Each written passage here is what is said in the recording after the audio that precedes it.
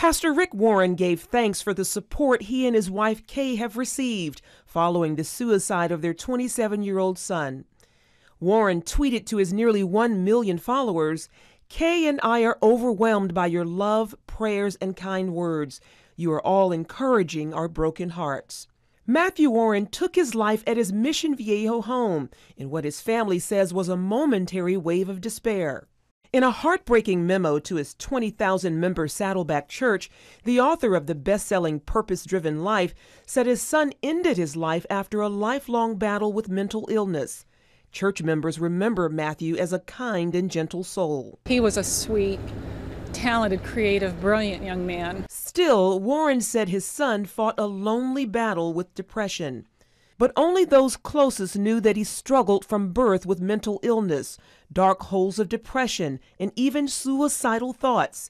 In spite of America's best doctors, meds, counselors, and prayers for healing, the torture of mental illness never subsided, said Warren. He marveled at his son's courage to keep on living in his darkest moments despite his pain. "I'll never forget how many years ago, after another approach had failed to give relief, Matthew said, 'Dad, I know I'm going to heaven. Why can't I just die and end this pain?'" Millions of Americans face a similar fight. The Centers for Disease Control estimates that around 3.4% of Americans suffer from depression, and roughly 40,000 people commit suicide every year in the United States.